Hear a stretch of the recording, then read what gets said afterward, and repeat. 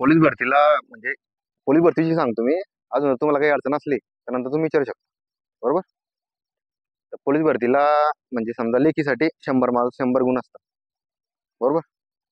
तर 100 गुणांमध्ये 25 मार्कला मराठी व्याकरण, 25ला बुद्धिमत्ता, 25ला गणित आणि 25ला जीके. जीके मध्ये भूगोल, इतिहास, राज्यघटना, नागरिकशास्त्र, म्हणजे जीकेचा खूप अभ्यास करावा लागेल तुम्हाला. बरोबर. आणि मराठी व्याकरणमध्ये मराठी व्याकरणाचा लिमिटच सिलेबस आहे समजा. तर त्यामध्ये मराठी व्याकरण 25 मार्क म्हणजे 25 पैकी 25 आले पाहिजे आपल्याला. त्यानंतर गणितमध्ये पण 25 आणि बुद्धिमत्ते पण 25. एखाद्या वेळेस जर 2-3 प्रश्न समजा कठीण आले तर ते मार्क्स थोडेफार इकडे तिकडे झालं चालतं, एवढं तेवढं. पण जीके साठी जीके मध्ये आउट ऑफ मार्क येतच नाही कोणाला. तर जास्तीत जास्त आपण गणित, बुद्धिमत्ता आणि मराठी व्याकरण भर द्यायचा आणि जीके साठी पण जास्त टाइम द्यायचा. जीके साठी म्हणजे पुस्तक कोणते वाचायचे ते सांगतो तुम्हाला. सह्याद्री अकॅडमी ठोकळा पण चांगला आहे जीके साठी. परत मराठी व्याकरण, गणित, बुद्धिमत्ता. त्याच्यानंतर मेघाचं सामान्य ज्ञान आहे, ते ते पण पुस्तक चांगलेलं आहे. आणि जास्त करून पोलीस भरतीसाठी म्हणजे जास्त डिफिकल्टी प्रश्न येत नाही, वन लाईनर्स येतं जास्ती. तर त्याच्यामुळे जास्तीत जास्त सराव आपला कसा करायचा त्याच्याकडे लक्ष द्यायचं आणि वाचत राहायचं. आणि आपल्या चुका काय होता म्हणजे कोणत्या टॉपिकचे आपले प्रश्न जास्त चुकता त्यावर जास्त रिव्हिजन करायची. आणि काय करायचं माहिती आहे का, एका दिवसात तुम्ही पोलीस भरतीसाठी कमीत कमी एक प्रश्नपत्रिका ती सोडवली पाहिजे.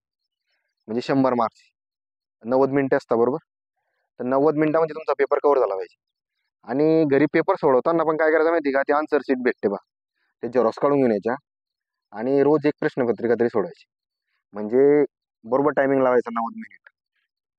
90 मिनिट म्हणजे 85 मिनिट ते 80 ते 85 मिनिट मध्ये आपला पेपर पूर्ण कव्हर झाला पाहिजे. त्यानंतर आपल्याला 5-10 मिनिटं जास्त शेवटचे की आपलं काही चुकलंय, काही राहिलेलं आहे का, त्याच्यासाठी ठेवायचे. त्याच्यानंतर काय होतं माहिती का, पेपर सोडवताना चुका काय होतात आपल्या.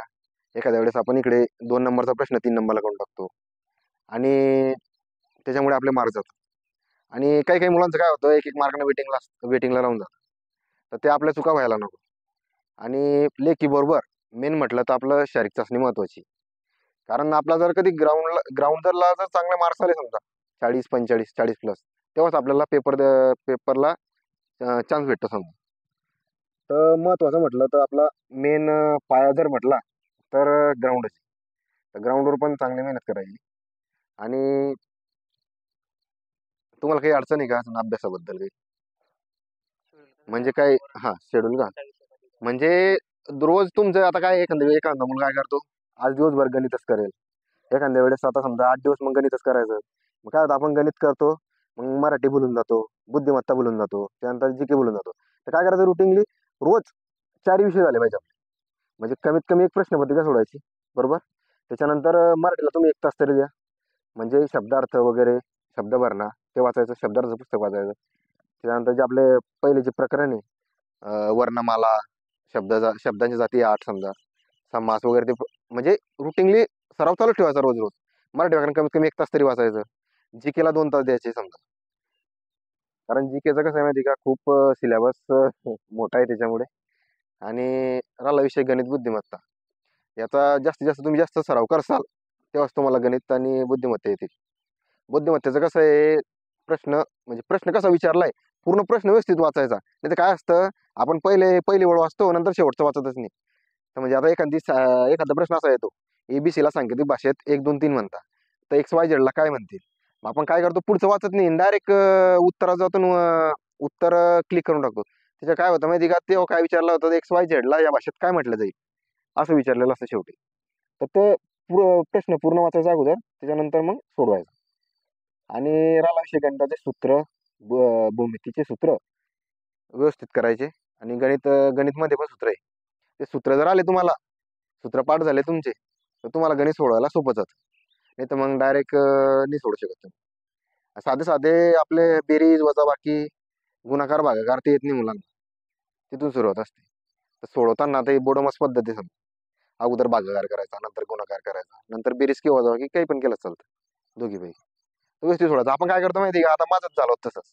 17ला एकदम 2017ला ग्राउंड निघालं, 88 मार्क ग्राउंड निघाला 100 रुपये. त्यानंतर पेपरचं काहीच माहित नव्हतं.